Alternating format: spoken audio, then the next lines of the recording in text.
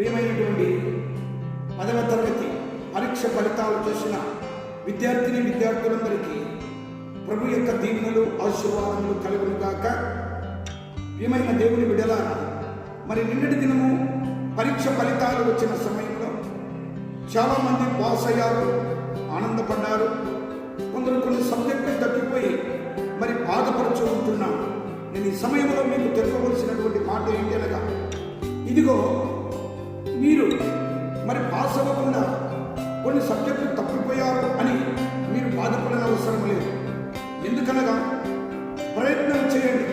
శోధకుడు లేక అపవాది అనేవాడు మీరు దేవునిలో బలంగా ఎదగకుండా ఇలాంటి సంఘటనలు కలగజేసి దేవుడిచ్చిన జీవితాన్ని మీకు లేకుండా చేసేదానికి వాడు ప్రయత్నం చేస్తాడు.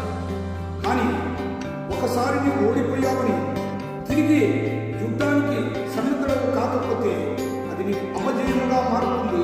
చివరికి నీవు అనుకున్న గమ్యస్థానం చేరలేదు. అందుకే ఈ సమయంలో విద్యార్థులకు నేను తెలియచేయడం ఏమనగా, ఇదిగో ఇప్పుడు పాస్ అయిన వాళ్ళు కాలేజీలలో చేరుతారు. వారితో కూడా మీరు కలిసి చేరడానికి ప్రభుత్వం మీకు అవకాశం కల్పిస్తుంది.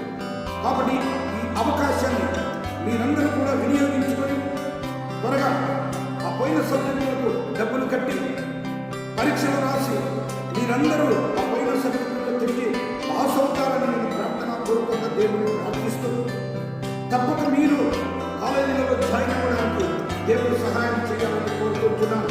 ఈ ఆంధ్రప్రదేశ్లో ఇలా పరీక్షలు రాసి పాస్ అయిన వారు ఒకవైపు ఆనందాన్ని పొందుతున్నారు, ఫెయిల్ అయిన వారు మీకు బాధపడని అవసరం లేదు. ఒకవేళ బాధ ఉంటుంది, కానీ ప్రభువును ప్రార్థించి ఆ బాధను మీరు ఆనందంగా మలుచుకొని పరీక్షలను పాస్ అయ్యి తిరిగి ఈ పాస్ అయిన వారిలాగా మీరు కాలేజీలకు చేరాలని ప్రభునామమును కోరుతూ ఈ సమయంలో దేవుని యొక్క ఆశీర్వాదాలు కలగాలని ప్రార్థిస్తున్నాను.